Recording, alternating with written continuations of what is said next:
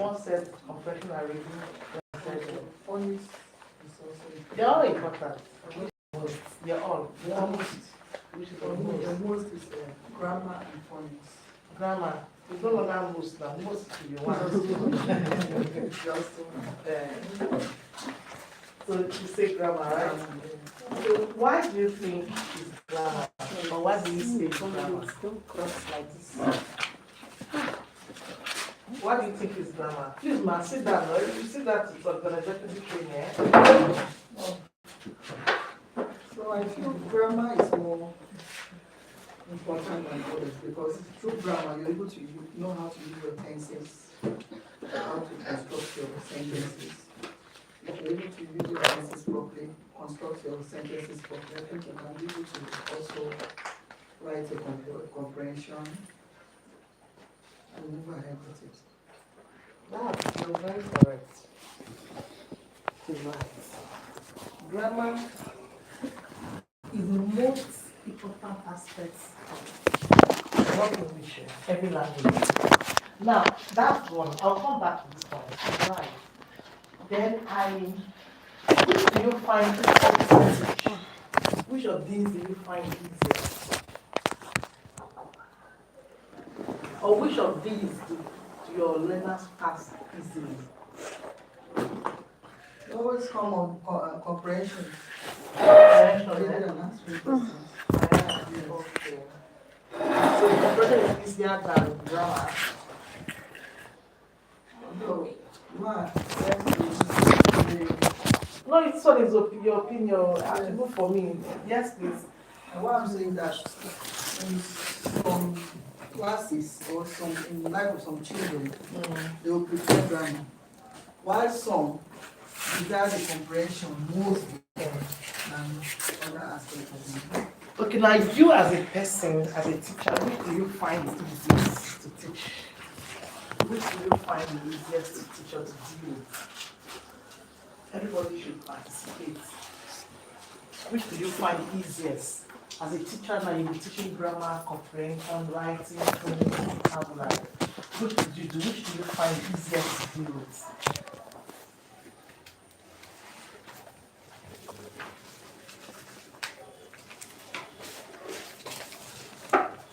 Family two, where the family two teacher? Still family two. Do you teach grammar? Do you teach comprehension? Do you teach writing or creative writing? Creative writing. Okay. And all of this, which do you find the easiest to deal with in the classroom? Grammar. Okay, grammar. Primary three. Primary three. Grammar. Primary five. Grammar. What did you not short? Short now. Eh? Grammar. Okay. Now, I will do something now. So let's pay attention. So I like to remove, I'll just come like this. I like language. Okay. So before we begin, I would like to say something. Language. English language is a language. English language is not just a subject, but it's a language. Just like you have every other language. Or just like you have other languages. Okay, the first thing I want you to know is that language, the ability to speak a language or to communicate in a particular language has not to do with heredity or where you come from. Do you agree with me? You don't speak your own, we're not talking about English language now, let's talk about your local language. Whether you're Igbo, you're Ikere, you are Ijaw, Isoko, Yoruba. Don't write here, so I'll tell you when to write. I'll give you time to write. You need to pay attention.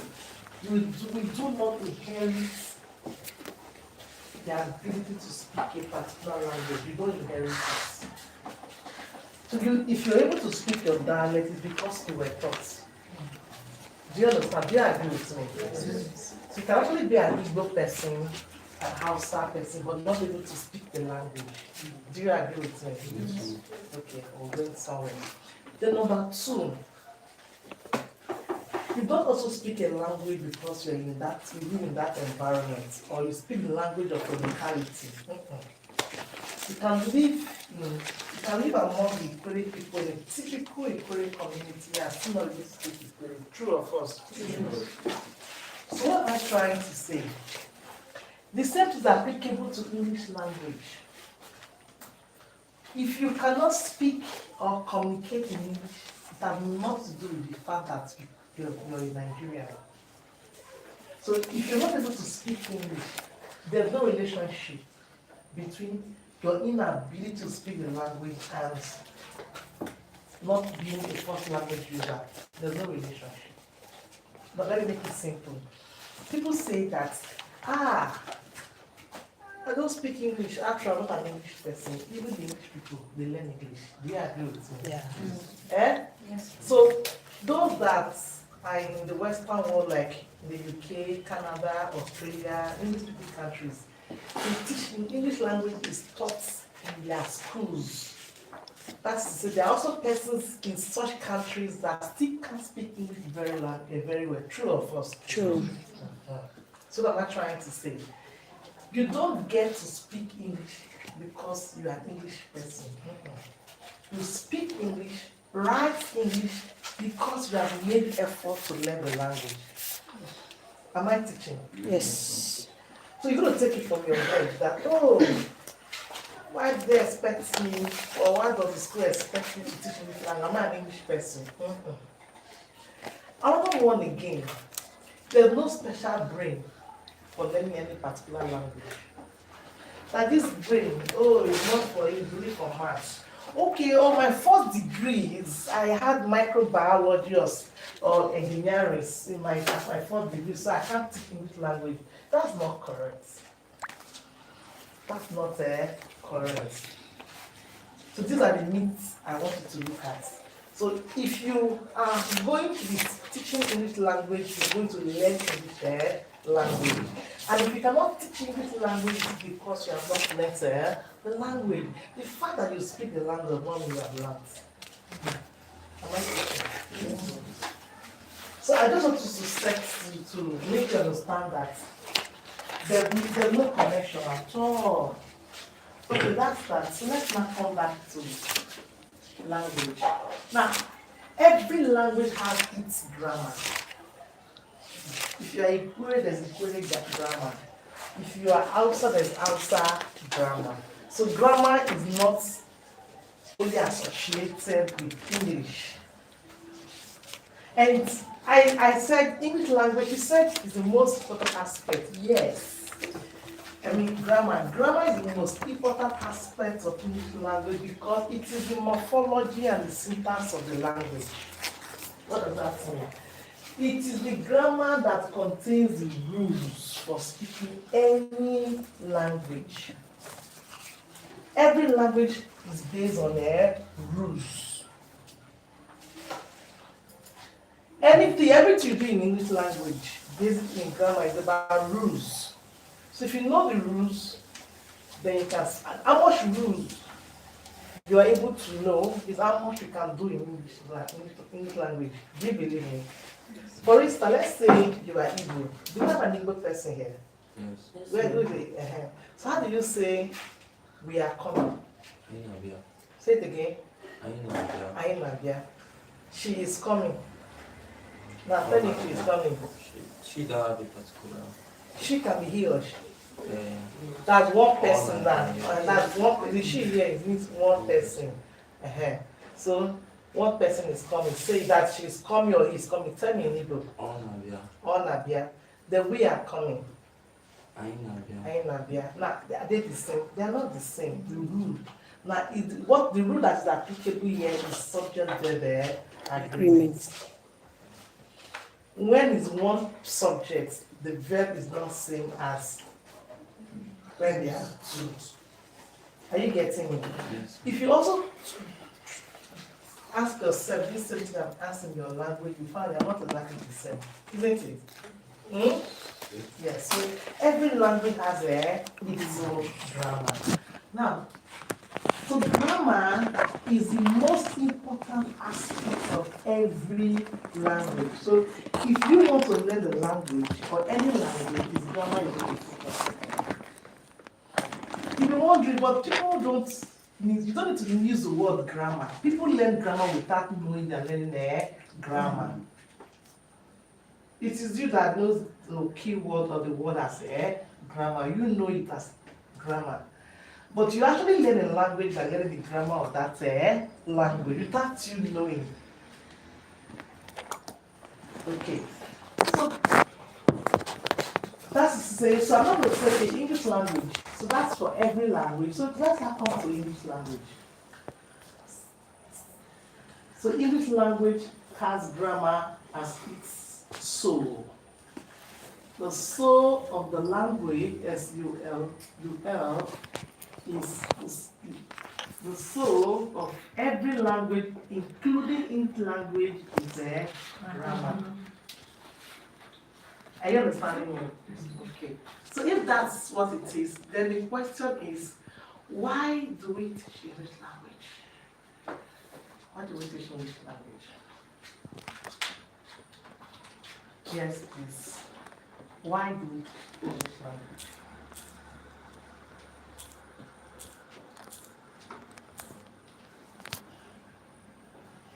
To communicate. To communicate, that's just it. That's just it. The only reason why the language is taught is for the purpose of communication. Okay, so how do we communicate? We communicate by speaking, right? Yes. They also communicate by writing, isn't it? Yes. And of course, speaking and listening go together. Speaking and listening go together. So that speaking and listening, then writing. That is to say, the reason why English is taught, the reason why Igbo is taught, the reason why French is taught in any school is for the purpose of speaking and writing. Isn't it? Okay, now if grammar is now the soul of the language, and then the most important aspect of this language, so why do we teach grammar? Why do we teach grammar? So you can communicate correctly. Beautiful. So the reason for teaching grammar is for speaking and writing. Okay, so if grammar is taught that children can speak and write, then communication can only be well understood, or people can only understand themselves when they communicate in sentences. True or false? True. True. So what does that mean? That the reason for teaching grammar is to teach children their ability to speak and write fluent sentences. Do you agree with me? Yes. Let's look at it, think about it before we come. But this, at some point of this training, you will get confused, really confused. If you get to that point, that means you are learning. But if you're in this training, you're not confused. Not now, the next 30 minutes, 1 hour, you'll be confused. If you get to that point, that means you're in my class, you're learning. But if you don't get confused, you're just looking at me, madam, 2 weeks ago, time ago. So, to make it easier, just look at the board. Think about all I've just said, all we've talked about. Just think about it. So we're going somewhere. That's sentences. So the reason, so I said, you can only communication can only take place effectively, or writing takes place effectively if only it is done in sentences. Isn't it? Is it true? It's beautiful. And for that to say, for you or for anyone to write and speak or write sentences or effective sentences or correct sentences, it means we have to teach parts of speech. Is it true? Yes. Okay. Now, if that is it, then let's now look at some examples of parts of speech like verb tenses. Is it true? Yes. Yes, verb tenses, perhaps adverb, get adverbs, then the adjective, there are more. Let's look at these 3 or one of them. So these are most likely going to be some of the topics you have in your screen, in the grammar screen. Is it true? Yes. Then I want to ask you, supposing this is the topic you have in your scheme of work, verb tenses, what would be your objective? Specific or behavioral objective. You write lesson notes, isn't it? Hmm? So you'll see by the end of the lesson, the pupils or the learner should be able to give you a specific objective. If, let's say, assuming verb tenses is the topic, the grammar topic. Assuming verb tenses is the grammar topic. I want the teachers to be Lively. to participate. What class do you teach? Secondary. Yes, please. One of my specific objectives would be that the children, by the end of the lesson, that children should be able to use their correct tenses when talking and communicating with each other. Okay. Yeah. Even if you're not in primary, like everybody should answer. I assume you are in primary. What would have been your objective? So everybody should answer it. Yeah. Yes. Yes, please. Yes, please. So what will be your specific objective?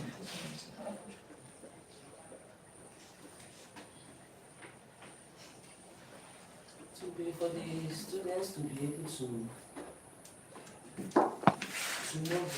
know their verbs correctly. Okay, let me keep it simple. Let's move the tenses. Let's move the tenses. Yeah? Let's look at verbs like this. Verbs, adverbs, adjectives. So what will be your specific objective? If this or if any of these is a topic you're dealing with in your scheme, if any of these is a topic you're dealing with in your scheme, just pick any of them. What will be your specific objective? Yes, please. Let's participate. Let's participate. That's how we do it. Yes. Children be able to understand what verbs is. Okay, now in education, we don't use the word understand a specific objective. Hmm? So use a precise verb. Yes.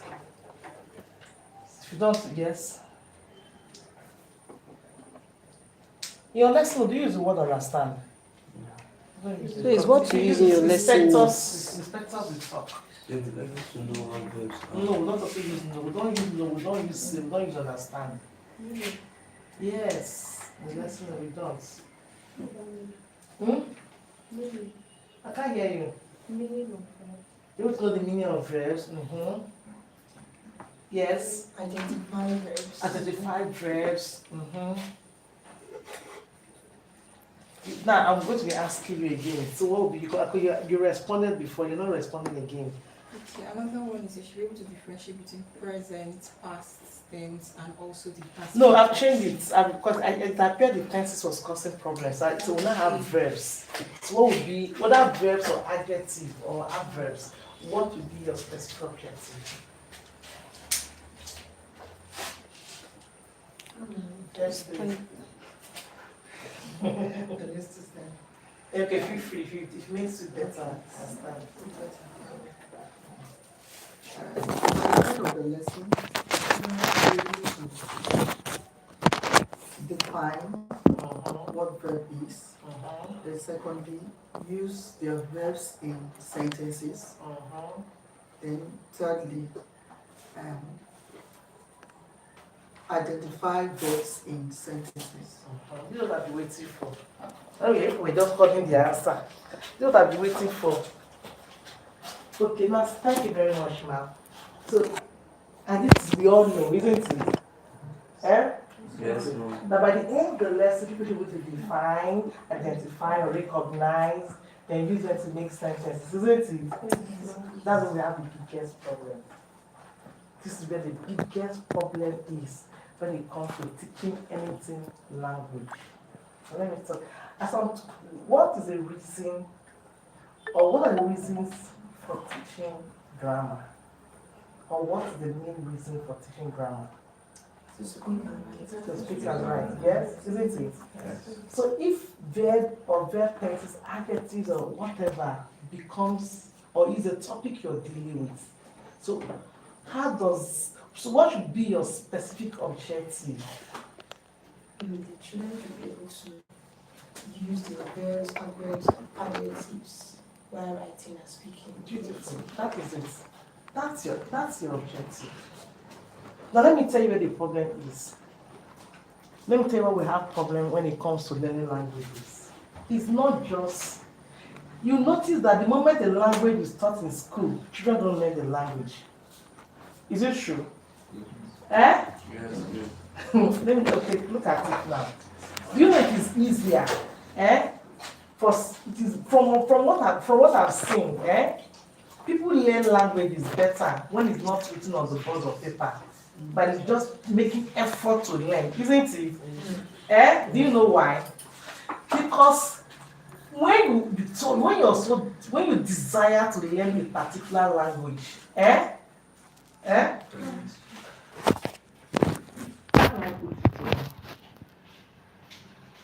Okay, let's do it like, let me come from the other side. Because teachers do not understand the reason or the reasons for teaching English. Hello, let me have your attention. This part is very important. This is where the training they are called on. Because teachers do not understand the reason why English or languages are taught in school, and they end up not able to teach the language. It is not just English. Any school where French is done, the children are not able to speak French. True or false? Any school where Igbo is taught, the children are not able to speak the Igbo. True or false? You know why? Because teachers reduce the teaching of languages to preparation for exams. That is the main reason. But when you are learning Ikwere, you know you're not preparing for exam. You learn the language, isn't it? Yeah. And you also pass exam in Ikwere exam. So the reason why English language is not effectively taught at any level in schools is because teachers think that the reason for teaching English language is to make them pass the English language exams. So they pass the exams without knowing the language. Is it possible? Yes. Because you're the one setting the exam. So you make them cram definitions of parts of speech. Perhaps we have certain questions, and these are the questions you're going to bring your exam, isn't it? Yes. And so they pass. So a child gets 90 in English, maybe in grammar, but the child does not know grammar. Is it true? True. Yes. And it continues from primary 1 to SS3. Everybody say error. Error. Everybody say error. Error. We don't go to schools to earn a certificate. That's not the reason. We don't go to school because we want to get a certificate at the end of the 4 years in the university. And that is why many persons own certificate that is useless to them. That is the reason. And that is why people say only in Nigeria has education become a scam. Because the objective and the main reason for going to school is not even understood by the learners or the students.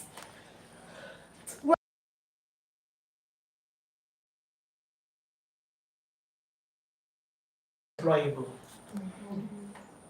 If there are jobs today, if there's a school that will pay you 1 million naira as salary, are you employable? Can you dare apply to that school? Can you? So you see, the problem we have in the classroom, especially in Nigeria, we think that children go to school to earn a result. That's not it. We go to school to acquire skills, information, knowledge that will help us in life. It means that if you have gone to school, whatever thing you have acquired for the past, or for 15 years or 20 years in school, from starting from your kindergarten time or nursery time to the time you graduated, is to give you skills that will help you deal with life challenges. Am I teaching? That's the whole essence. But teachers focus on children memorizing definition. All the while I've been communicating in English language, have I defined anything? Do you speak by defining anything? Eh? Am I defining adjectives? Am I defining adverbs? Verbs? But have I been using these things? Have I used verbs in my communication? Yes. Do I need to define verb to? No. And so at this point, I want to announce to you that today's training is according to best practices.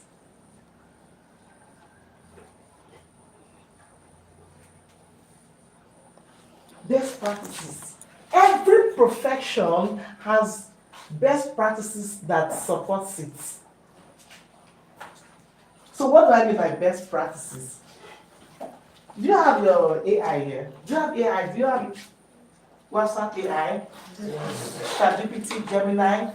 Ask AI what are best practices. I say you're going to participate, eh? Let's begin. What are best practices? Oh, you don't have to bring them out now. Facebook, now be seeing your Facebook. Bring your phone. Where's your phone? Okay, what virus? It's off. Like, don't bring like this video.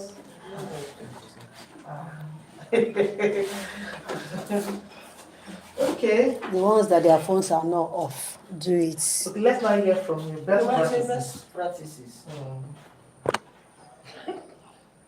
I thought you're there. Who is there? Yes, please. Best practices. Communication. Hmm?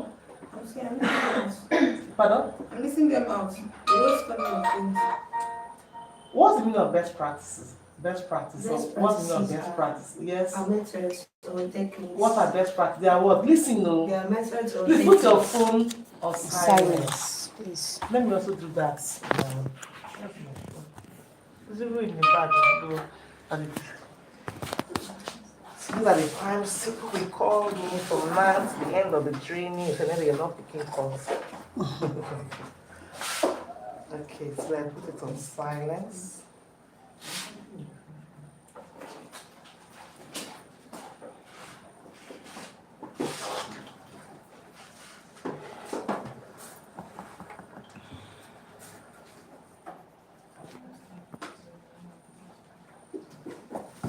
Okay, are we paying attention? So what are best practices?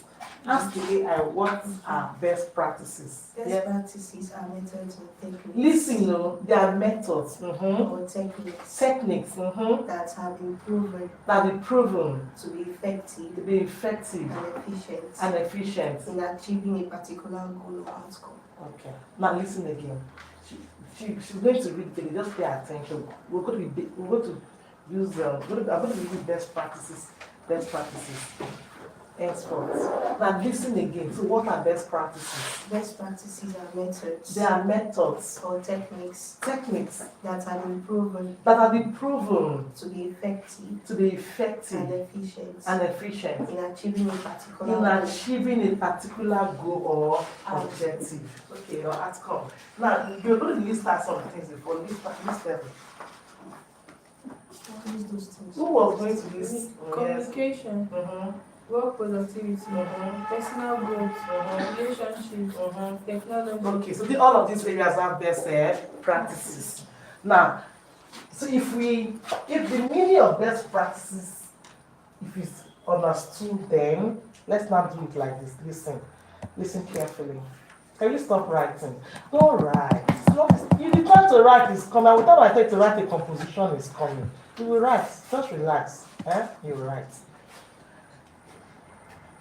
Now, every profession has best practices. Did you get that? Medicine has best practices. Engineering has best practices. So for us as teachers, there are best practices. Classroom, best practices that support the classroom. There are. So if there are best practices, there are classroom or best practices for school or for professionals like teachers. So what do you think is the best practices? Let me not confuse you with that. So let's not come to, I'm still talking about best practices now. I want to explain something, but I'll come back to that point. So talking about best practices for education, it means that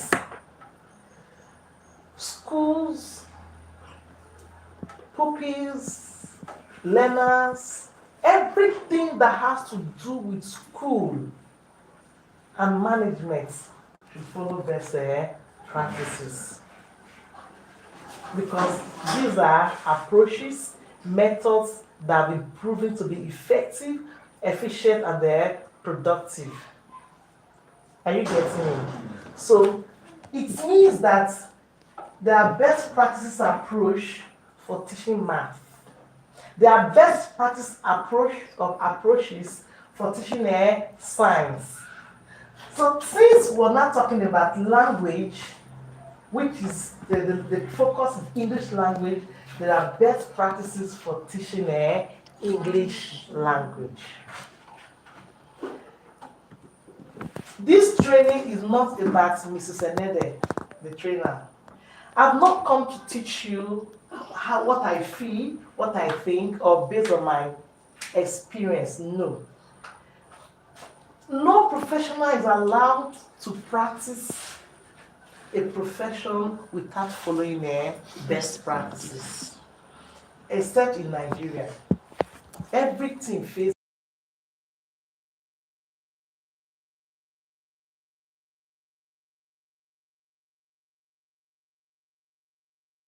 I will follow the best practice method or approach. By so, the outcome will be better, improved. It is only, let me divert a bit.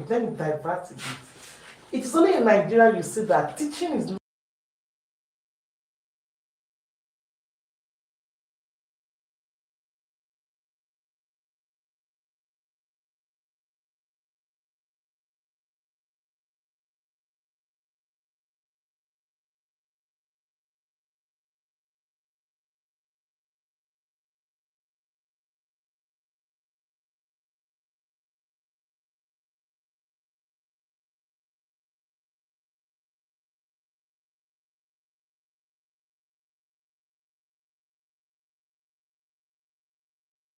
to 300. Everybody say error. That's not best practice. I'm trying to go to veer a bit so that I'll make you understand certain things before we come back here. A woman complained to a school, and I was the supervisor of that school, the barrister. He said, she actually called the proprietress and she said, okay, don't worry, the school supervisor is going to be around and settle in. Please come over, let's talk about your concerns. So I was invited and we had a meeting. She said the child was barely 3 years or 4 years. She said, my neighbors, she sees other people's children, maybe relations or neighbor or co-tenants' children. The kids are already counting 200. Then the one in this school where we were, or where we had a meeting on that day, is yet to count up to 100. I said, okay. Said, and this school we're talking about, the bigger schools are smaller schools. And she's not happy about it. I only asked one question. I said, ma, let's assume your child can count 1,000, up to 1,000. Of what importance, of what use is it to the child and to you? It's one question. She was looking at me. I said, ma, you think about it. That this your child now can count up to 1,000. So what is the significance and the importance of being able to count up to 1,000 at the age of 3 or 3.5? Does it make sense to you? You get to her. I said, madam, the fact that children chant numbers in large numbers, they chant it in large numbers, does not mean they know it.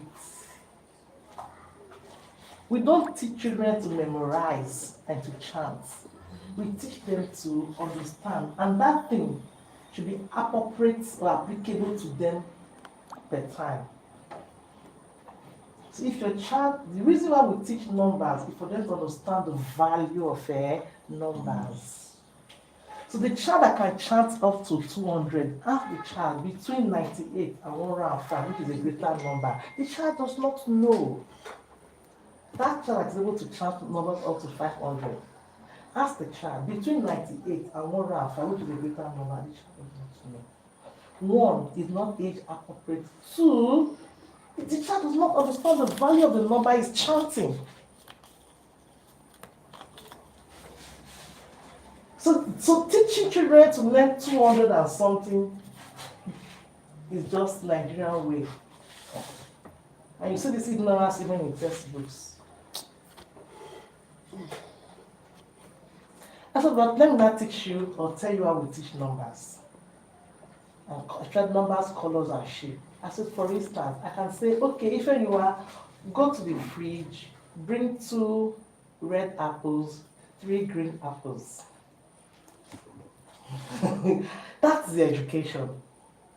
The ability of the child to associate the number with an object means the child understand the value.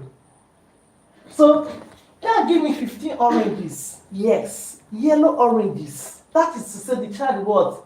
Is learning. The child is in the school. That is the reason. Someone will say, okay, give me 10. Bring 5. That's the same thing happening in mathematics in your class. So children can identify number 32 but cannot give you 32 counters. They cannot count 1, 2, 3, 4. And the 2 counters. So this is 32. But the only counting number is 100. Is it the same thing in your classroom? Yes, I know. Because those are the things I try to deal with in the classroom. Let me not tell you the one that annoys me so much. Children are taught time, right from the nursery school till primary 6, but they cannot tell time digitally. True or false? So you wasted their time in the classroom now. Oh my God.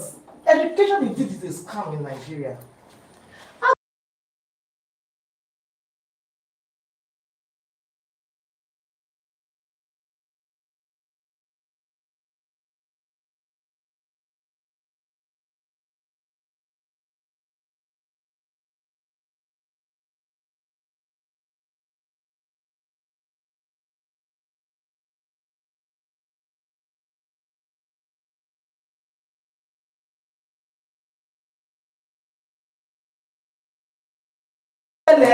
Time. But there are kids that have never been to school that can set time, digital, set times with the annual clock. True or false? True. That's it. Your children, you cannot send your children to the shop to go and buy something with 2,000 naira and calculate change correctly, even at GS1, even GS2 children. But you can meet a child that attends a very local school or never been to school, you will do transaction of 5,000 naira with a child that's about 7 years and will give you change correctly. True or false? True. But you'll be teaching money. You start teaching money from kindergarten up to that time, but still cannot do anything with it. Because you teachers do not understand that the reason for teaching money is not for them to pass the exam. It's for them to understand the value of money, use money in transactions correctly. That's the whole essence. That is the whole essence. Because you do not know the objective or you don't know the authentic objective, you end up preparing them for exam. How can children pass basic mathematics but do not know basic mathematics, real life? So there's a real life math and there's a fake math, classroom mathematics. That's what it looks like. So when parents come and say, my child does not know math, I say, but mother, you pass math, look at this, passing over. The parent is not able to explain vividly, but let me try to explain to you. On behalf of more parents that will come and meet you that kids do not know math, it's because I don't see the children able to apply math in the real life. And the teachers are not teaching math children, the teachers now, they're not teaching the mathematics so that children can use in the real life. They are teaching them to pass exam. And parents are thinking that the children have gone to school so they can learn math they can use in real life, experience, day-to-day activity. Are you seeing it now? At this time, I want to announce, it's not just your school. To all Nigerian teachers, we are part of the problem of this country. We are. I've included myself. Because education is a prime factor for every country's advancement. That's it. Where education is a key, it means that country should advance. That's what it means. Because education does solve. What is education? Acquiring skills, information, and knowledge to solve a mass problem. That's the definition of education. But how come we are not able to acquire this? We don't acquire the skills. Hello? So that is the same problem when it comes to teaching English. Now, best practice suggests something. So one of the problems why it's like that is because we do not follow the best practices approach or methods or approaches. There's a way to teach English language in the classroom. So today I've come to announce to you, I've come to teach you the best practice method for teaching English. Now, because it's best practices, it means if you go to the internet, everything we're going to be learning today, you'll find it on the internet. You'll find it if you request for these things on your AI, you'll find this information. So everything we're going to learn today, if you open up journals, you open up research books, everything you're going to learn today, you'll find them on the internet because it's according to best practices. So that's the most important about that best practice. It's worldwide.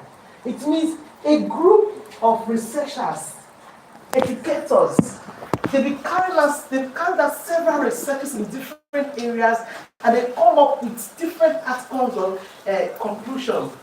So this conclusion has become, once they've been adopted, they become best practices. They've been experimented. They've been used. They've been proven. Am I teaching? Yes. So today's teaching will be anchored on best practices. So if that is noted, so best practices says this, the way Nigerians, the way we teach grammar is not the way it should be taught. So best practices says teach grammar at the level of the text level. So we call text level. It is at this level that grammar is most effectively taught, at text level. But you can begin by explaining the parts of speech, defining, recognizing them. And that's where we stop the teaching of grammar. It means you stop at the introduction. What happens to the other parts of it? Hello? Hello? Are you getting confused now? Are you confused? You're not confused yet. I don't want to be confused. This is not the time to be confused. I know where the confusion is coming. I'll be clearing it for you. That level where you stop, defining verb, recognizing verb, using verb in sentences or adjective, it's the level where you stop at the introduction of the topic. You don't always get the text level where the application. That's why English language is never effectively taught in Nigeria. And that's the same reason why we don't have good authors, English authors, or authors of English language, English books. Even story books. The literature books children use in secondary school, they're very annoying. Nigerians, the very best of Nigerian authors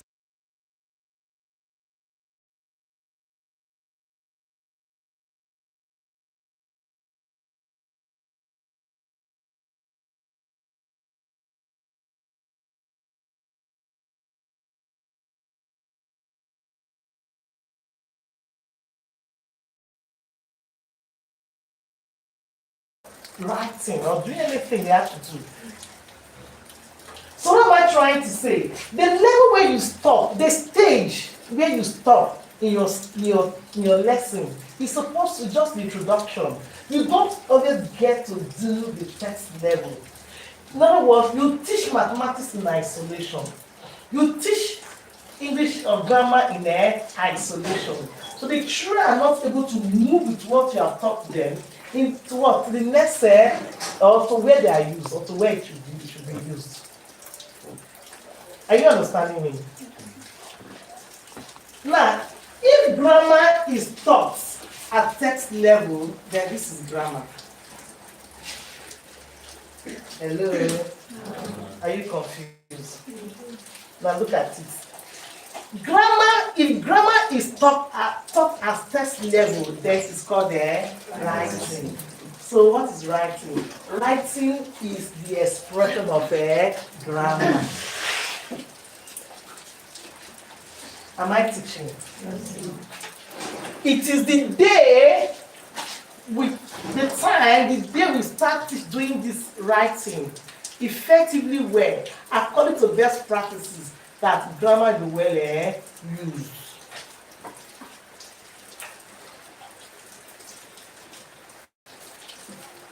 It means, what am I trying to say?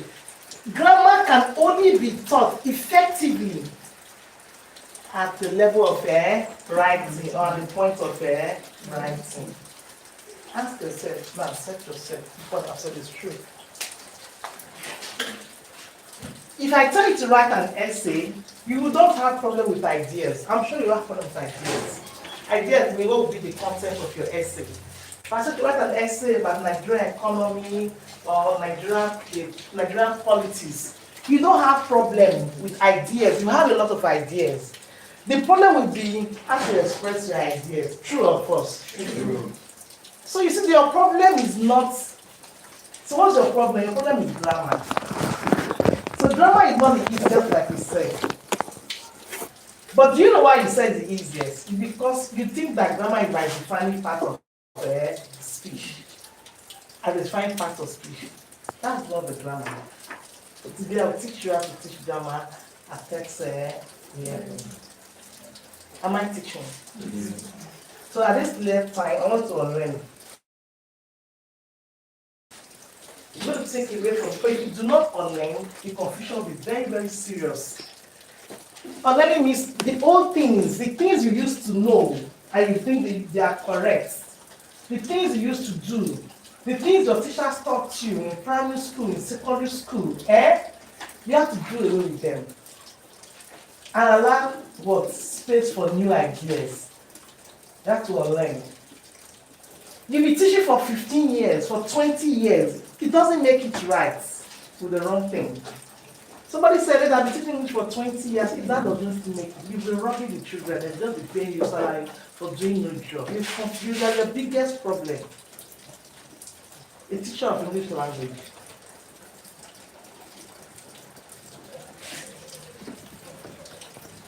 You've been teaching math for 20 years or for 30 years. And we're still having problems. It means you've not been doing it right. So let us get it right with the teaching of grammar. So you see, grammar, so writing is the bedrock of grammar. Writing is the expression of grammar. So until you teach grammar, when you get the level of writing, you can't teach grammar effectively. That's what I'm trying to say. So I want to say, welcome to the language arts training. The training is just about to begin. Should I begin the training right now? Yes.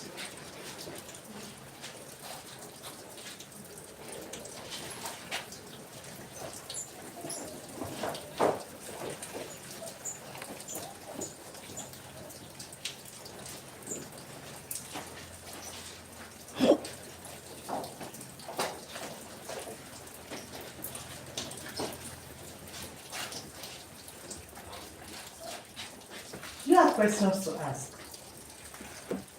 Especially foolish questions. I'm serious. I like to hear the foolish question. It makes the training very easy. It makes understanding very easy. You think that question you think is a foolish one that you cannot ask, that I can ask.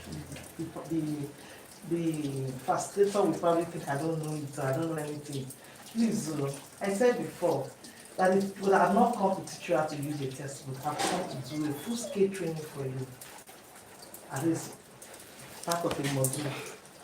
Do you have questions to ask? Ask the question. Do you have your opinion or an opinion to share? Please go ahead to do that. Yes, I'm waiting. Questions? Opinion? Suggestions? Please. Yes. The most active teacher today will get a gift. Right? No, let's be, I don't know. Which gift, safe? Let's go, let's go. Please, Yes, everybody should be ask active. questions. Do not come out here to just. Ask questions. Yeah, the question I want to ask is, you said the bedrock of grammar, I think there's grammar, Is right. is writing. Now, when we say the bedrock of grammar is writing, what of speaking? Where does Okay. speaking come from? Okay. Okay, now, yes, you made a very strong point. Because the whole essence of teaching the language for communication, which is speaking and writing, which is the reason I don't do a lot when it comes to speaking is because Nigerian schools don't do speaking and listening, or listening and speaking. We don't do that. Only very few schools. So that was, did I include that before? There's an aspect of English language called listening and speaking. Listening and speaking have not to do with each other.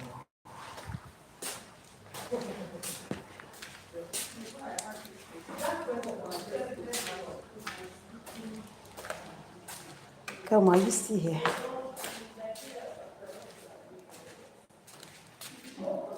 Are you here?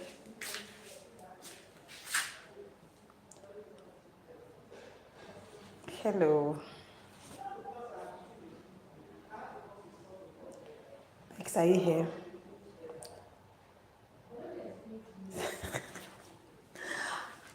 We have a training. I'm here for a training. It's just an in-house training. We've not had the time all this while, so they suggested that we come out during this public holiday to have it. So it's not me, it's the team. Oh, sorry, I'm bad. My week has been very tight like this. Don't worry, you'll soon hear from me, maybe later today. How do you see that? So sorry, later today.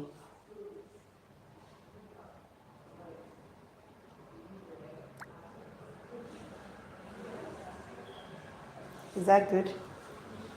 I had to come out to respond to you. You know now.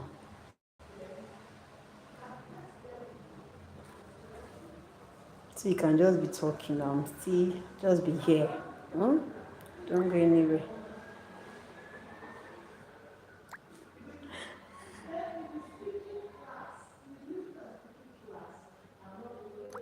I've not even had the time. It has not been funny there.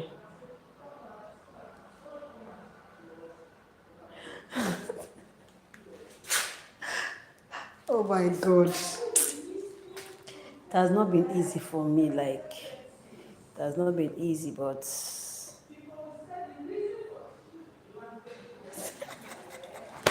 which training? I need to be there so I know people can be serious. So I just let me respond to you and then go back. Okay? Which training? I'm not even supposed to be here, but I needed to encourage them, so that's why I'm here. Okay? So I wanted everybody to rest.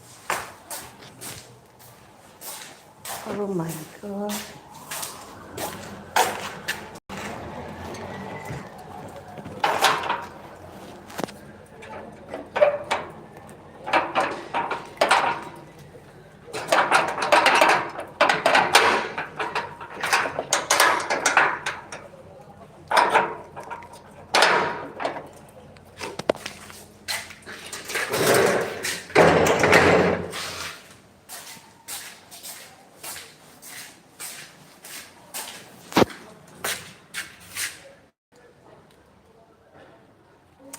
I appreciate you too.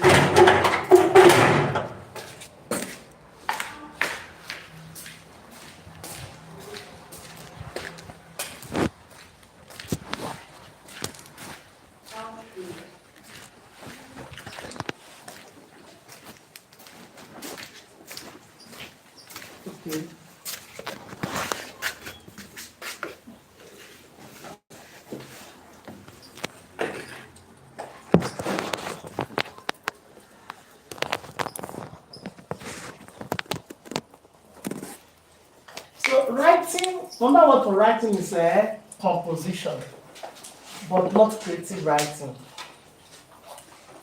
I'll tell you why it's not creative writing. I'll tell you what is creative writing. Very soon we'll get there. So how to teach writing?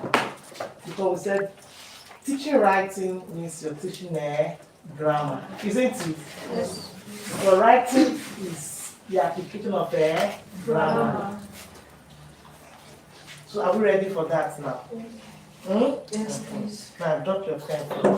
That's something I want you to. Now tell me the topics you have in your scheme, in your writing scheme. Because the writing is the effective way, or most effective way of teaching grammar, because writing is the expression of grammar. So the question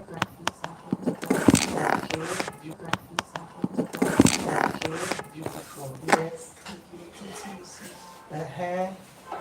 What again? A day I will never forget. Okay. Now, I want to write something now. You should look at the board. I want to listen on the topics.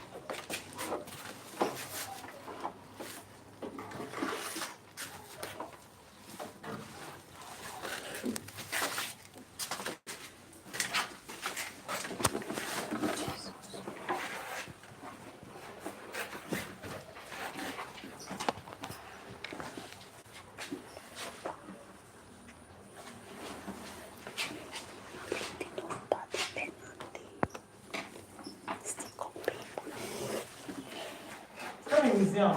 MU? And what? Yes. Okay, let's look at this one. Don't write, so don't write. Now look at the board very well. You see, a day I will never forget. My best friend, a visit to the museum. These are some of the topics we have, right? And that's the titles of the composition, true or false? Now, according to best practices, you don't teach titles. You can't teach titles. It's not possible for you to teach this. If you think you can, come and explain to me how you teach children a visit to the museum. You can never, you will not be able. You can never be able to teach titles. So all of these are written now, and there are more. They are titles. Best practices say we don't teach titles. It's not possible. But if you think you'll be teaching and you can teach it, well, actually you do someone, it's 10K, I'll give to you. Come and explain how you can teach a visit to the museum. I'll give you 10,000. If I don't have the money, I'll tell you a day that you come in and transfer the money to your account.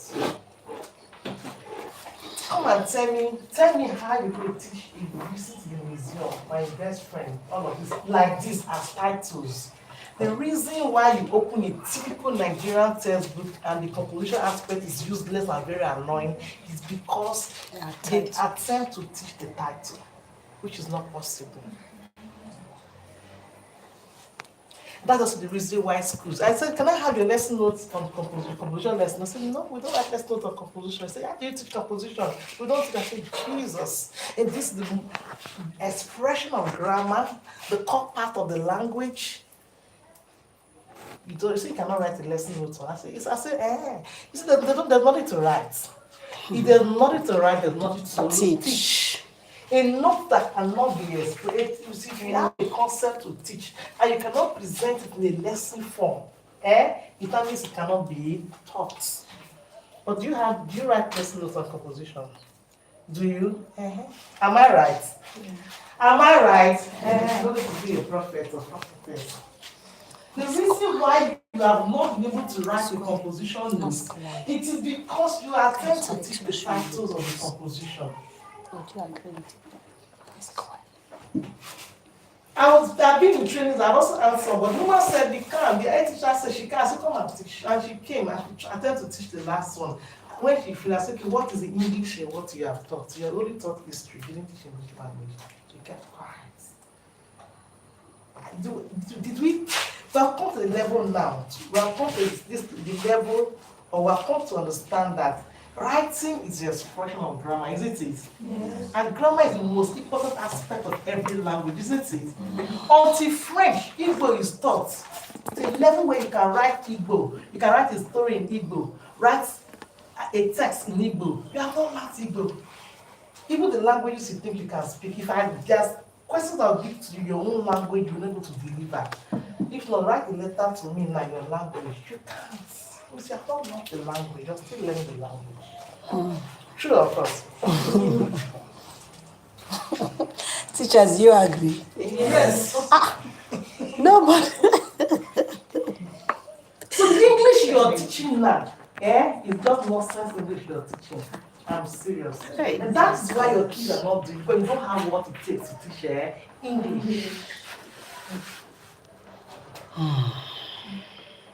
You know why I said so? Because you have not even sat down to even teach, to learn English by yourself. You can't give what you don't have. So you're only working with remedial knowledge right now.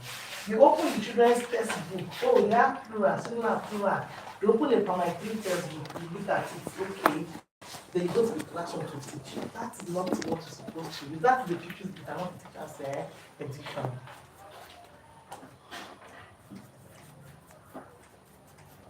So somebody said, my teachers are not able to use this book. I see, he said the book is difficult. The book doesn't have a problem. Teachers have problems. I said, man, a teacher cannot give what he or she doesn't have. So that's what you're saying. It's at the point of using the book, you realize that we have not learned enough English to teach. So at this level, at this time, I want to announce to you, and I want to advise you. You must learn the language as teachers. It means you have to be intentional. You cannot be a teacher and you work with remedial knowledge. You must develop yourself in your profession.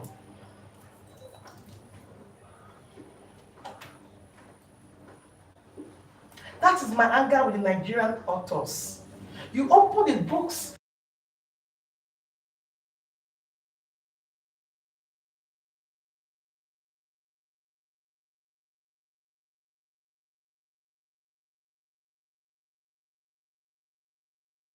You write a science textbook without knowing what best practice talking about science. You write an English textbook without knowing what best practice talking about English language. So one person's right and is making money out of the business, another person gets a copy.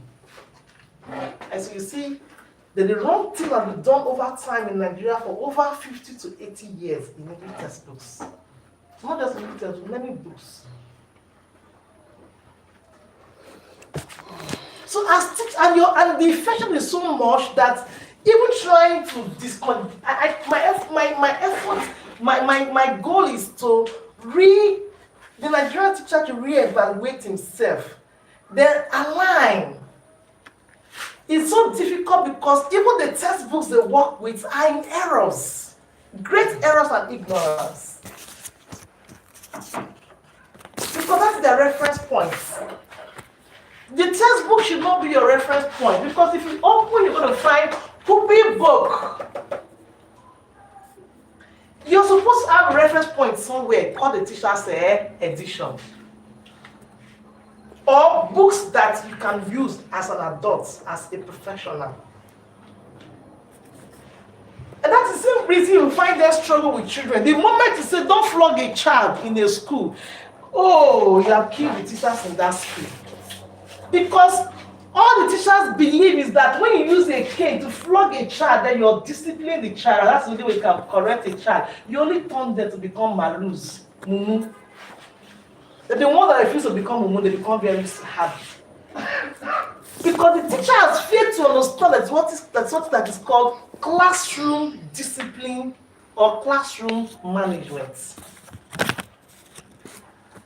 So in your whole head, you have refused to attend trainings, you have refused to read books. So in your mind, the only way you can discipline a child in a Nigerian school is to flog them with a cane and even hurt them. So you vent out your anger as a teacher.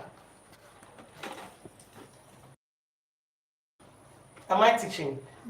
Because the teacher has little or no understanding of the classroom.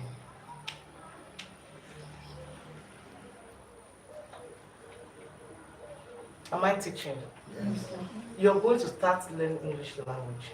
The first thing you're going to do is to improve on yourself. If you're going to take subject verb agreements, it is not in the children's book you will learn subject verb agreements. Let me tell you, since you don't have teachers' manuals you can use, you all have phones, right? When you hear people, are you always on TikTok? You go to TikTok, right? You hear people say you can make money out of social media, but they don't tell you how to make the money. Do you hear that? Has anybody taught you how to use money, how to make money on social media, or how to use social media? Okay. You hear that you can use the AI to make a lot of money. Have you had such before? Has anybody come to tell you how to make money with the AI? In reality, because the only person who can do that is Mr. Leonard. I can tell you how to use the AI to make money, especially Google, to make money. Tell them. Should I tell you? Yes. What do I get in return? Because nobody comes to tell you that this is where I'm making money from, this is where I eat it from. No, people don't do that. So you're just there. You keep using your data to service that people are making money out of it, and you're not gaining out of it.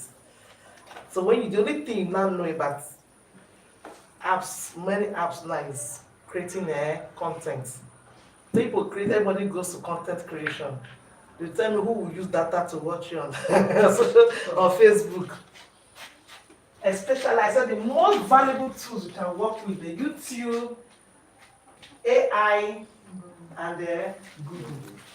They will transform your life.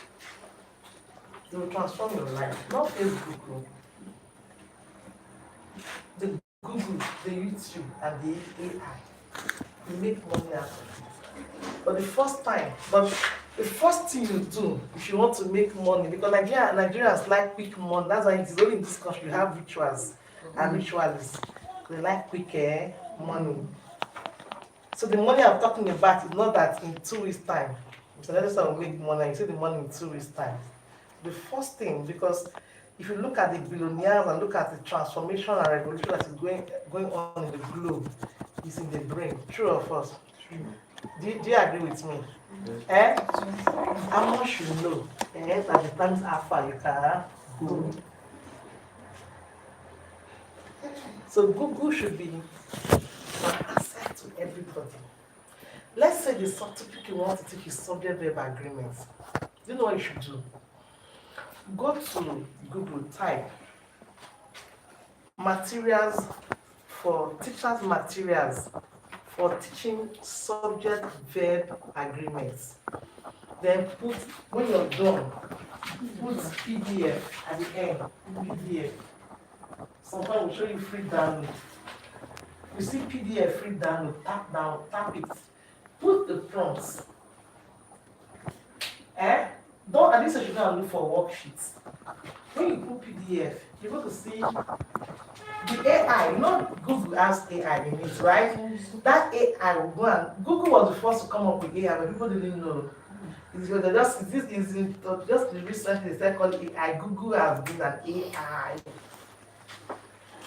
Google will go and search for materials on the internet that talks about the topic you're requesting for. and give it to you in a document. You want me to download it. It's a free download. You read it.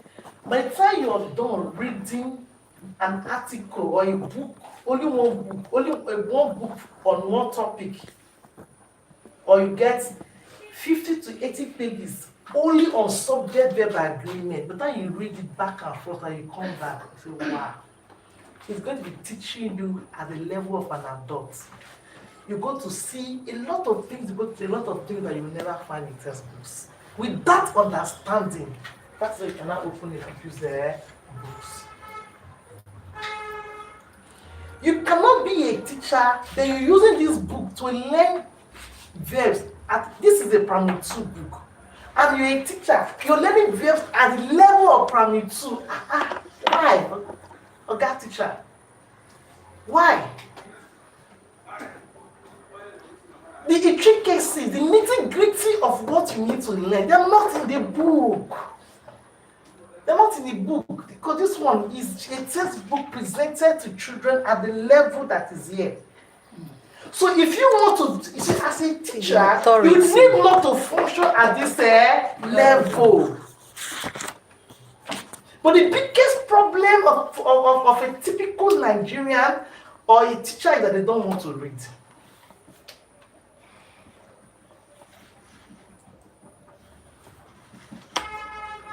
They don't want to read. Why won't you read? Why can't you read? I can't, if you can't say time, we have to teach teachers different parts of speech at the level of the teacher's level, and teachers not at learner's level. Because we see teachers teach verb tenses using the wrong tenses in the course of teaching. Subject-verb agreement is wrongly used, and you teach subject-verb agreement. I'm wondering, wait till madam come. You are teaching verb tenses, and the tenses you're using to do the teaching is wrong. It means the teacher has not even learned. So teachers can actually teach what they don't know. I see it is very common. If I come to your class for 1 week, I will bring out a lot of the things, errors you made in the classroom. Teachers teach what they don't know. Teachers can actually teach without understanding. They manipulate the children to know a certain thing that may be wrong. Am I teaching? Yes. Do you agree with me? Yes. So the first way to make money is to be informed. Information is power. When the Bible says knowledge is power, when the Bible says my people perish for lack of knowledge, this is what the Bible was talking about, or the Bible is talking about. I said, how much information you know, it is how far you can go. It is how much Elon Musk knows. That's where he is now. It is how much the Chinese man or the Chinese know. That's where they are right now. It is how much you know that determines what, how far you can go in a life journey. Am I teaching? You must make effort to learn everything you teach in the classroom. You must make effort to master the things you do in the classroom as a teacher. And one of them we're looking at today is English. You're not allowed to go to the classroom to teach English language with remedial knowledge or residual knowledge. It's residual. You just go to teach what you think it is in your head. There's no formal or professional training or preparation that you have done or you do as a teacher before you go to the classroom. Even forget the fact that you're a teacher. You need information to break from it.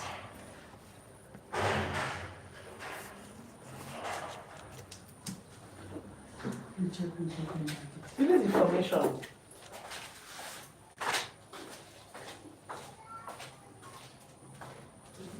Everything in life honors information. Do you understand me? Everything in life honors information. So you need lots of information. So the first way to make money is to be informed, level 1. Am I teaching? It's to be informed. You're informing it from of information or knowledge, or you're acquiring it as a skill. Because that's what you're going to be giving back. Do you understand me? Eh? And there's no information you're going to look for that you will not find on the air. It may not just be free, but information is there. Am I teaching teachers? Yes. Hmm? The better you become, the more marketable you are, the more things you're able to do.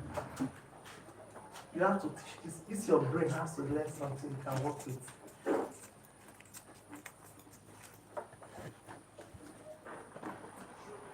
So please, you're going to read.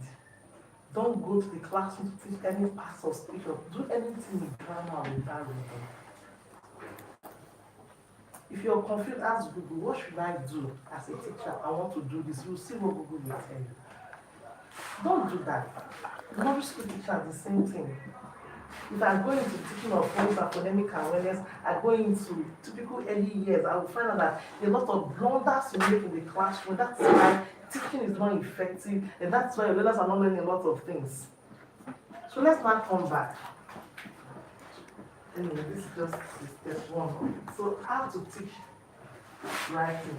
The first thing to know is that you cannot teach titles. You can't teach titles. So now let's go straight to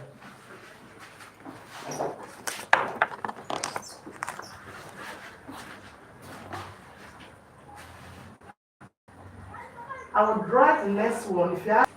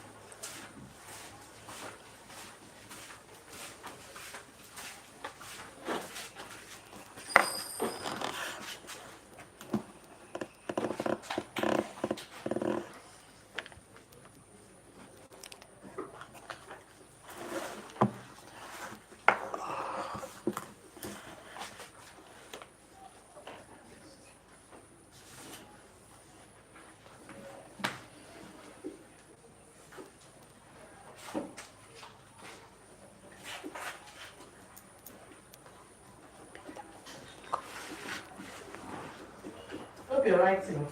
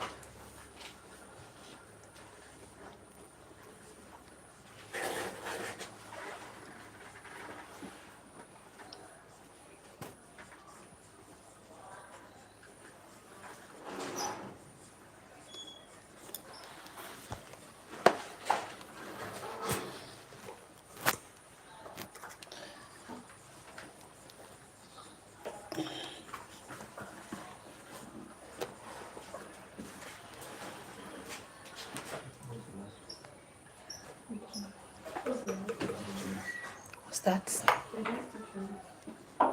Persuasive writing. We have narrative writing, descriptive writing, informative It's writing, not clear. and persuasive. Persuasive.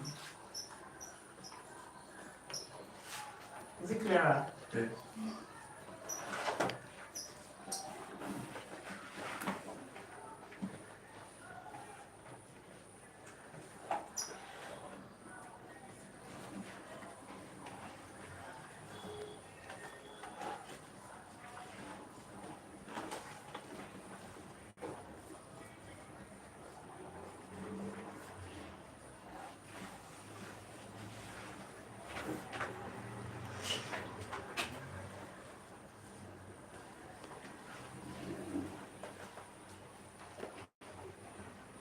Okay, now look at the board. Stop writing now.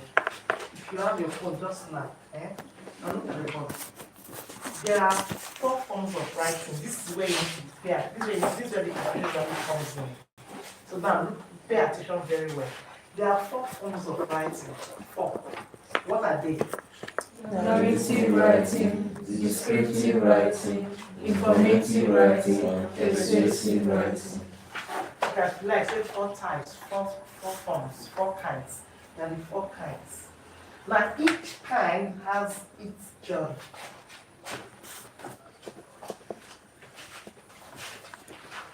Yeah, don't write, at this point, don't write. This is where the confusion begins. Now each kind of writing has its genre. So this narrative writing, these are the genres and more of narrative writing. Now these are the genres of descriptive writing.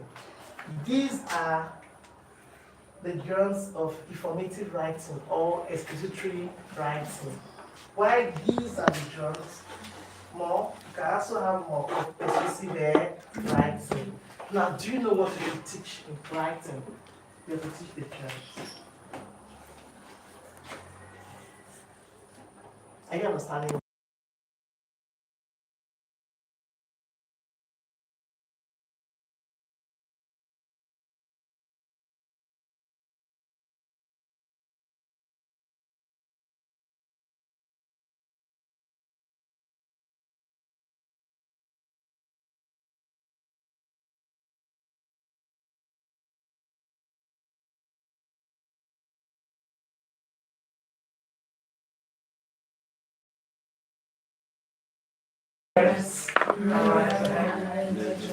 Stories, birthdays, fables, adventure stories, science fictions, and more. There are many. Yes, there are many.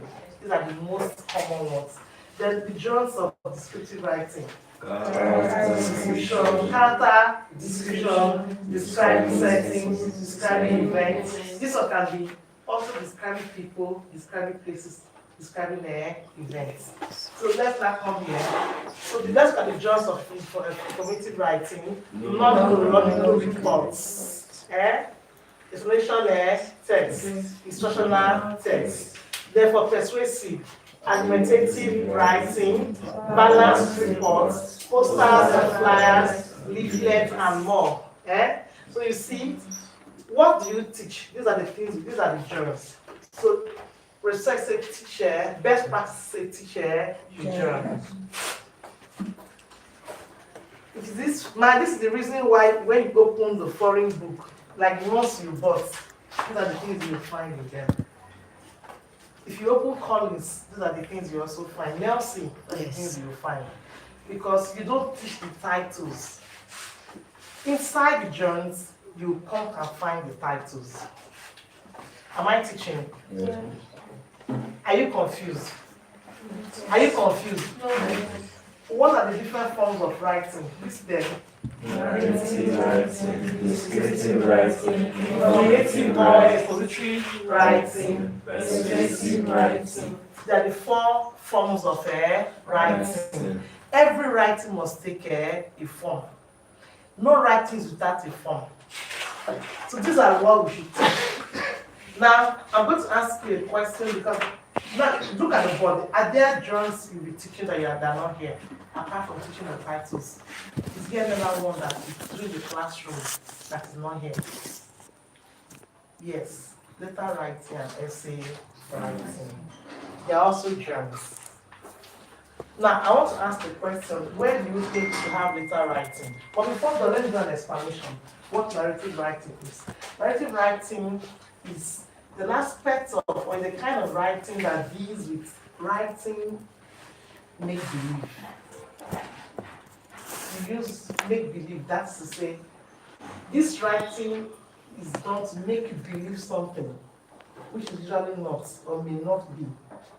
Because you want it serves the purpose of entertainment. So narrative writing is done with the aim of entertaining the audience or the reader. So if you open a storybook to read, it is not because you want to get information from the storybook, but because you want to be entertained. You get novels, you want to read novels. It's not because you want to get to know about Chelsea and Real Madrid, but about what? You want to be entertained, right? When we give children storybook or we sing rhyme, it's for them to be entertained. So this kind of writing can also be called creative writing. So pay attention. So what is creative writing? Creative writing, the other word for it, another word for creative writing is narrative writing. So this is just creative writing. So if you do creative writing in school here, this should be what you have. You should have your creative writing skill. So you cannot be teaching all of this and you call all of this creative writing. That's why I said it shouldn't be creative writing. It should be what? Writing. But creative writing is just an aspect of writing. Do you understand? So you henceforth call it writing or you call it composition. Do you understand? Because by now we have come to know that creative writing is the kind of writing that is done to entertain the audience or the reader. Do you understand? And these are basically what we have in creative writing. Now, under descriptive writing, this is a kind of writing that is done to create pictures in the heart, in the mind of the reader. Now, this kind of writing uses a lot of sensory details. So it creates pictures in your mind when you read them. Have you read books that, have you read storybooks or novels that after reading or while you're reading your audience, that's why it is persuasive. In the persuasive writing, you try to convince the audience. The audience can be the people that will read your work, or read your write-up, or read your essays. Do you get it? Let's now look at argumentative writing. This type of writing, which is an example of persuasive writing, is a type of writing that you take a side. It's a biased writing. Because in this writing, you take a side. Let me tell you what I mean by take a side. For example, moms are better parents than dads, or mothers are better parents than fathers. You may not agree, right? Yes. So you take a side. So you're going to give, whichever side you're taking, you try to come up with reasons or evidence to convince the next person that moms are not better parents than dads. You're already biased. So that's why it is also called the biased kind of writing. You argue your points.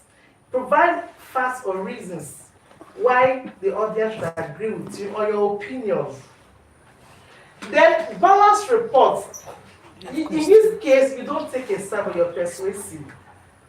Are moms better parents than dads?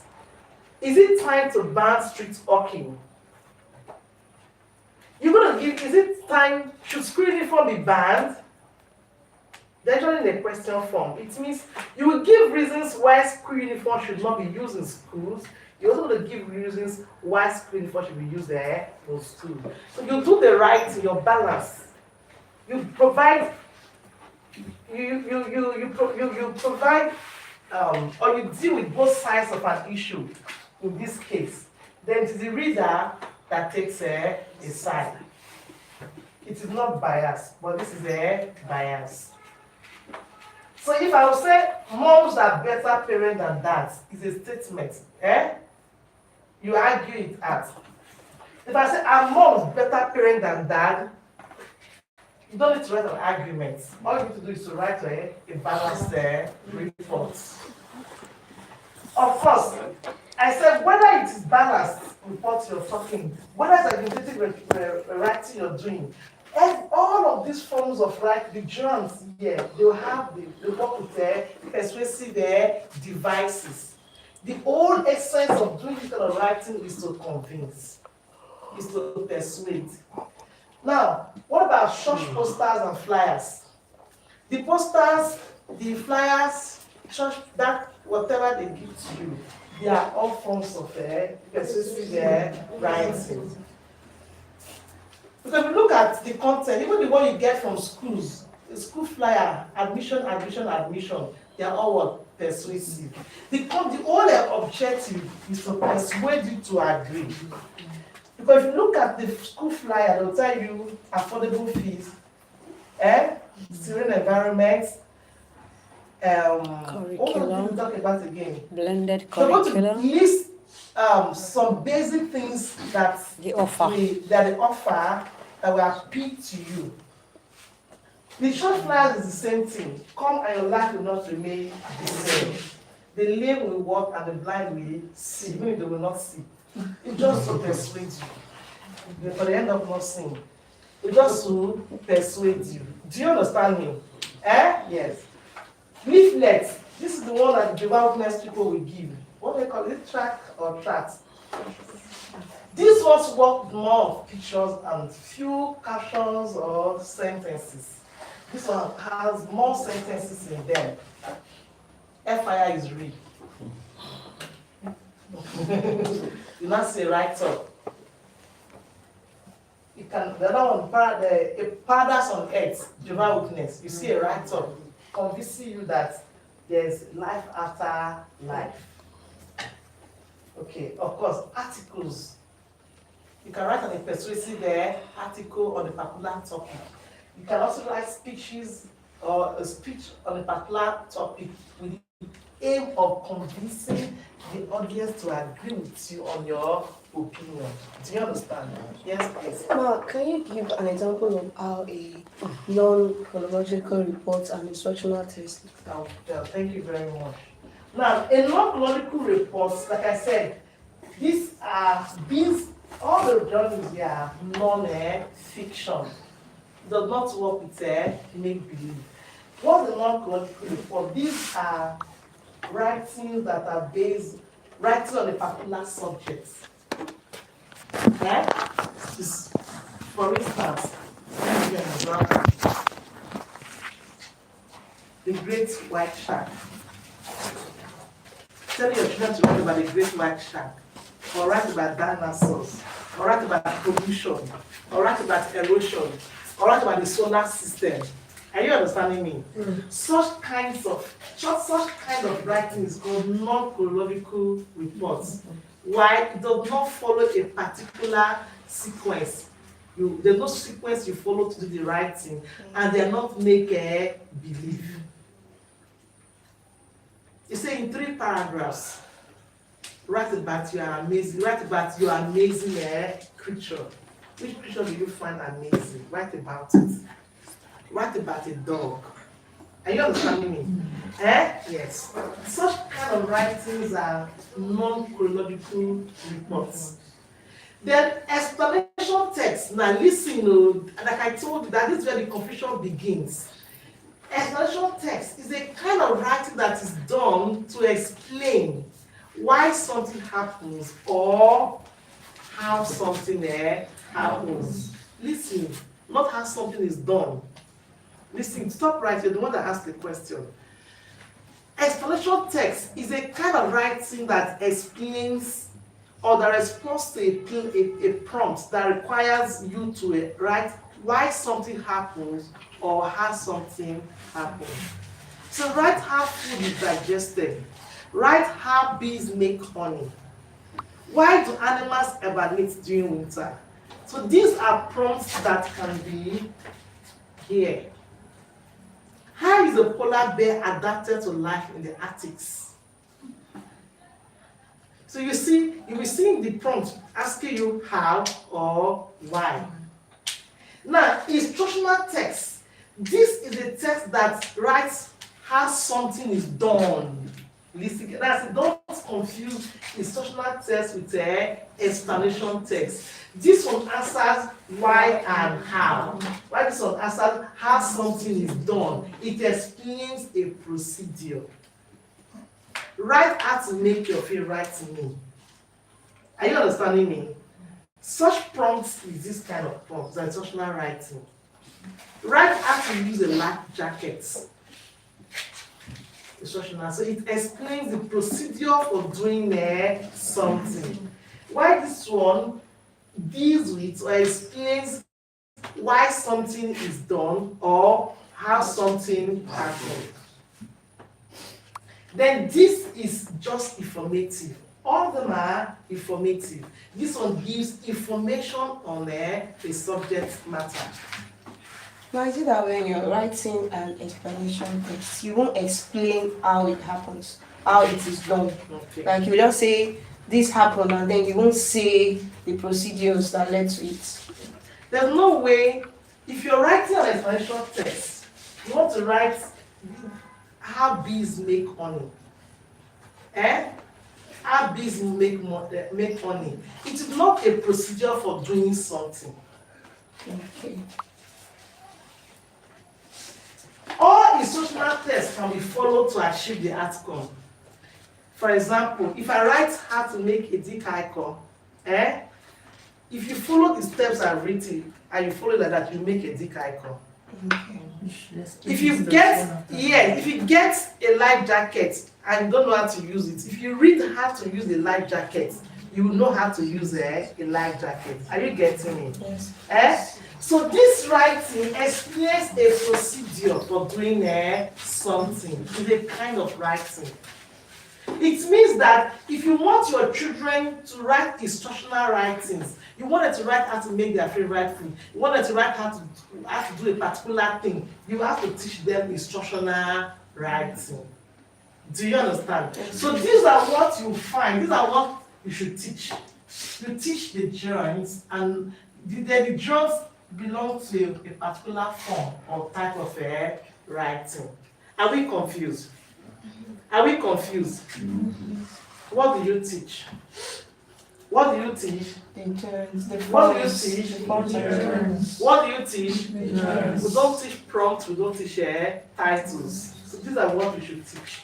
So when you open this book, these are the things they're going to find as the writing topics. Am I communicating? When you open these books now, these are what you're going to find as the writing topics. You will not find what you have in your skin. And that's why I've come to do this training, because you're going to be confused. Your skin is saying a day I will never forget. A visit to the zoo, my best friend. But when you open the Brilliance book, you're going to be finding these things here like this. Am I teaching? Am I teaching? Yes. That is at this point you'll be confused. So I said when you open the Brilliance English, this is the Brilliance English. The topics you will find are these things here. You will not find the things you have in your skin, because that's not what it should be. Ma, is it that we should completely leave the scheme and focus on the textbook? Very good. I think we should ask questions. Your skin, any attempt to marry this with your skin, your composition scheme is confusion, your head will scatter. You'll be more confused. Now listen. Those topics you have in your skin, you will find them inside these things. Listen very well. I'm going to take an example. I'll run with it from now. That we're going to do from now to the end of the training. Now listen carefully. Those, if you open the book, for instance, let's open book 2 now. Let me open book 2 for you. You will see my 7th birthday, right? Listen, stop writing. Stop writing. You will see my seventh birthday. This is not the topic. This is a topic, personal narrative. By the time you're done teaching the journal, it will lead you to the title and the topic. Are you understanding me? So do not open the book and say, I want to teach you how to write about my 7th birthday party. You're going to teach what? Personal narrative. At the end of the teaching, you just find out yourself that topic that you desired, that's where you learn, you find yourself. I will do that's the main part of the training. Are you understanding me? Yes. Listen carefully. I said this is where the confusion lies. If you open these books, you don't find titles as topics. You will find the journey as a topic. The topic for this writing is personal narrative. By the time you teach personal narrative from the beginning to the end, then the children will be able to write what? About their experiences. So personal narrative is about teaching children to write about their experiences. So topics such as a visit to the zoo, a day I will never forget, a memorable day, they are all personal narratives. Personal narrative piece. So you teach them how to write about an experience, how to write about experiences. In return, they want to write about their personal experiences. Are you understanding me? Okay. Please ask questions. See that question she asked is the best question so far. So she asked, are we going to do away with our scheme? I said, any attempt to marry the two will be confused. There will go to what? Going to be great confusion. Now, everything you have in your scheme, you will find it in this book, but you will not find it the way it is written in your scheme.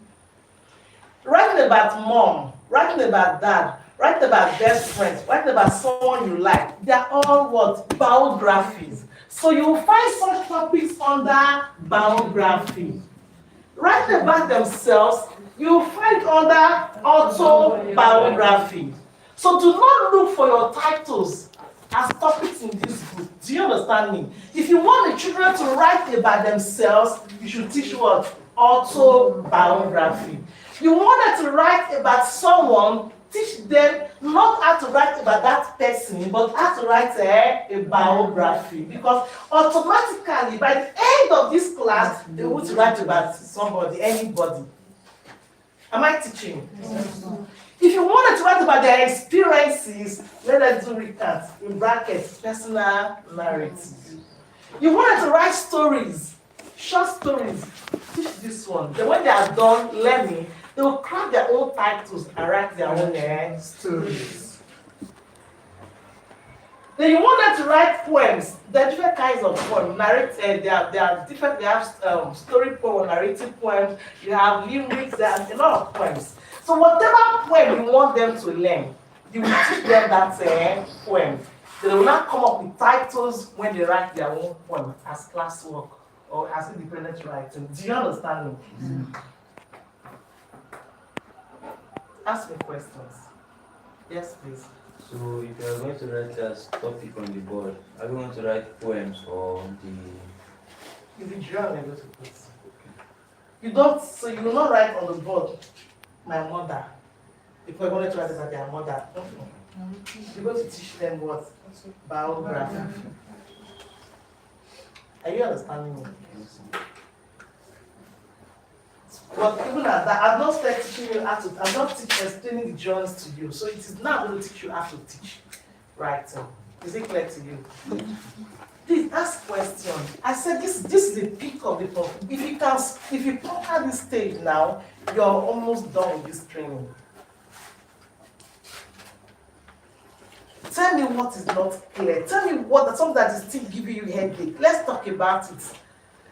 Yes, please. Well, you understood it clearly. You stated earlier that before we teach anything on these gems that you talked about, that we should research on it first. Yes, so empower yourself. Yes, since we can't use these people's books to teach. To learn. To teach yourself. So is there a teacher's guide or a teacher's book? For this brilliance? Yes, please. For this brilliance? Yes, please. the teacher's guide is not out. It's not out. But even at that, the teacher's guide is not out. But what I'm advising is that empower yourself first before you go to the classroom. You will start writing the teacher's guide, but it's not out yet. Do you understand me? So you still need more than a teacher's guide to become a professional teacher. Do you understand? Okay. So that's a good So question. before teaching any of the topics there, you need to go back to your AI or whatsoever and get. Don't use the AI. resources. Okay. Go AI will not give you enough information. Use Google. Do you understand me? AI is a generalist. It just give you general information, surface information. You won't get detailed information on your AI. So you go to the Google, Go get to your Google. information about the topic. For itself. yes, 2 years. Yeah, For instance, brainstorm. now you want to teach children how to do character description. This book is for the children. You as a teacher, you need to know more than they do. So you can teach it very well, right? Go to Google, write character description. You'll see that Google will give you documents you can read. Google will explain to you how to teach character description. Anything you need to do that character, you see it there. By the time you open this book, you just know it. You just understand it. Is it clear to you? Is it clear to you? So you must operate at the level of a teacher and not at the level of the learner when it comes to acquiring the information. The way you want to teach now, you now as what? Operate at the level of the learner because you're passing the information. But you must know more than the learner. You must know more than what you have in this book. Are you understanding me? If this book is just the only thing you use to prepare for the lesson, you will not be very effective.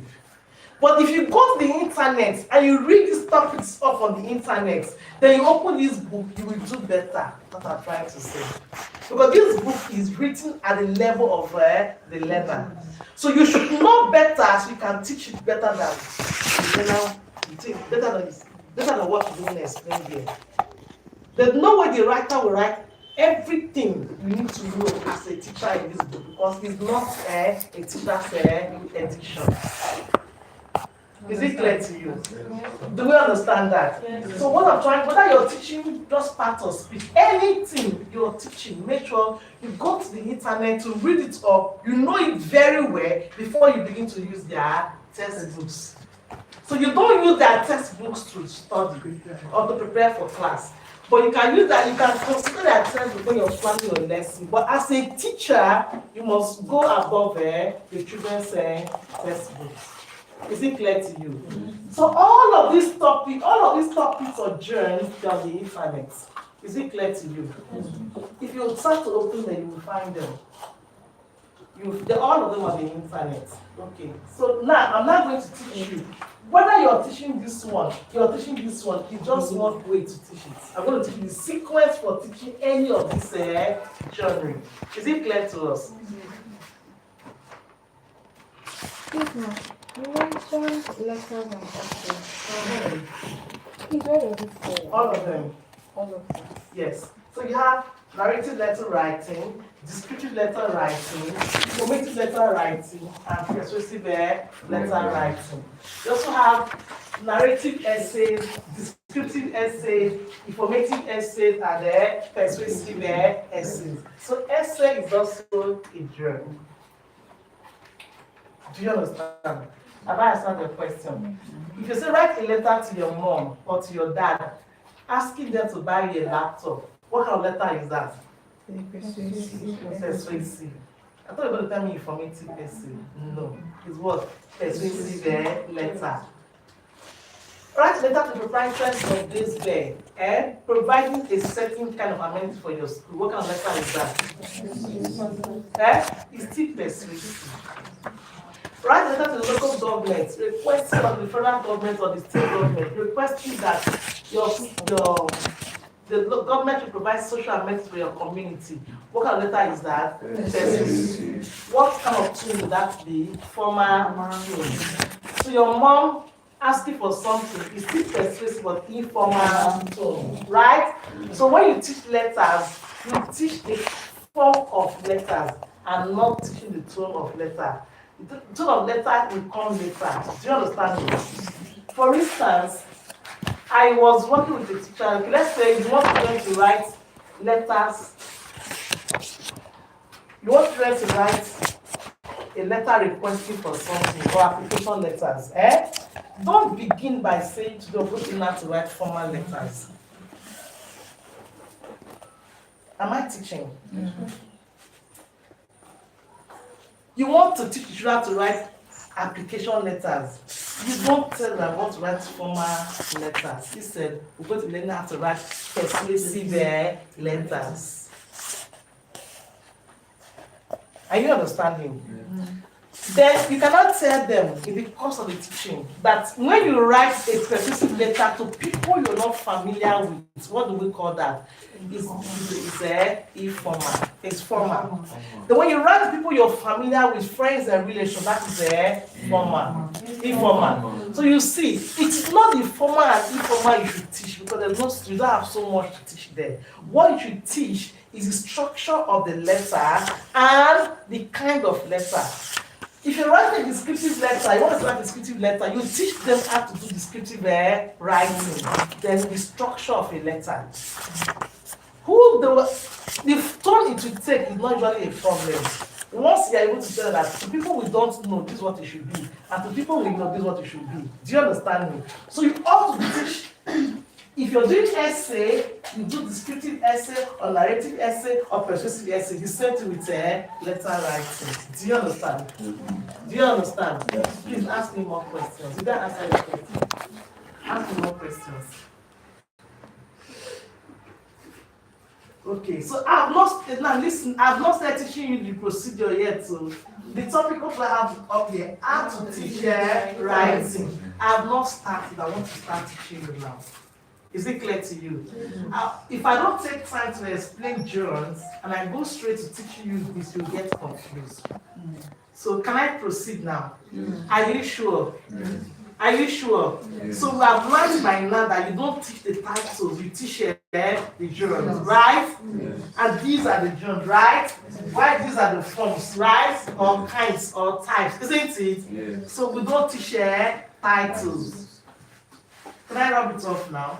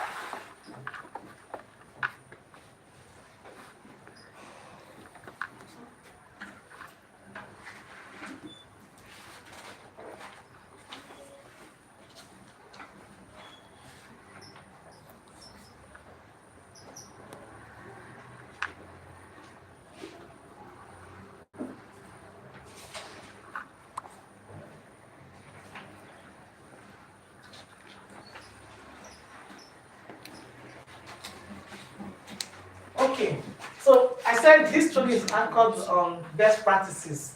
Now, so this is the best practices sequence for teaching. Now, listen carefully. You may not find these keywords. I'm going to tell you, I'm going to write something. I'm going to be attaching some things to this. These are just keywords that you may know, but these are just the keywords. So these are the best practices. This is a sequence you need to follow when you teach each topic or each journey. Do you understand? So let's say this is now book 1.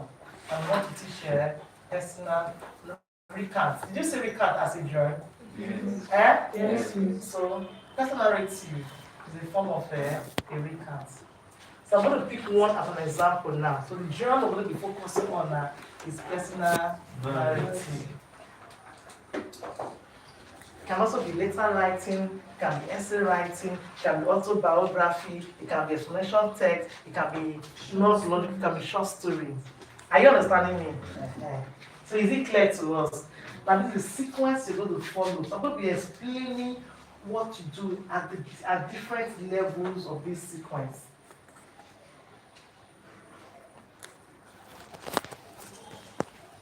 Are you confused? Okay, now, best practice says that, listen. Best practice says that for children or for learners to get here, excuse me, you must do what is called scaffolding. Everybody says scaffolding. Scaffolding. Now go to AI, ask AI what is scaffolding in writing. Quickly, because somebody should read aloud. What is scaffolding in writing? Go to your AI. Once you find it, you read aloud. If you don't have a phone, whatever the person you have to write in your book. What is scaffolding in writing? Go through your phone now. It's low, okay. What is scaffolding in writing? What is scaffolding in writing? So make sure you ask what is scaffolding in writing, because we also ask scaffolding as that thing that is used when you want to build high-rise buildings. It's kind of like SCAR. So this Yes, is SCA. SCA, F. double F, O, D, scaffolding. Scaffolding in writing refers to a teaching technique that provides temporary support and structure to help students develop their writing skills. Do you get that? Let her read again. Somebody else will also read. Everybody, let her read again. Listen carefully. Read again.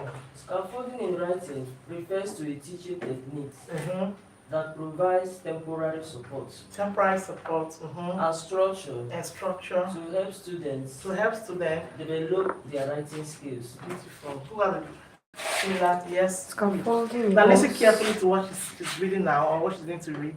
Yes. scaffolding involves breaking down complex writing It tasks. means breaking down Complex writing tasks complex writing tasks into smaller what? manageable parts Manageable parts, and offering assistance and offering assistance and feedback at each stage. stage. Any other person? So which persons have reading phones? Other phones are on break. Okay, now keep your AI or your phone aside. Look at the screen. Look at the board. Okay, look at the board. Look at the board. This is the second part of the training now. Look at it. You know when you teach before, I know I said if you don't do it with the old things, it will disturb the new one, right? So I believe by now you should have unlearned. You know when you want to teach composition traditionally, the one you know.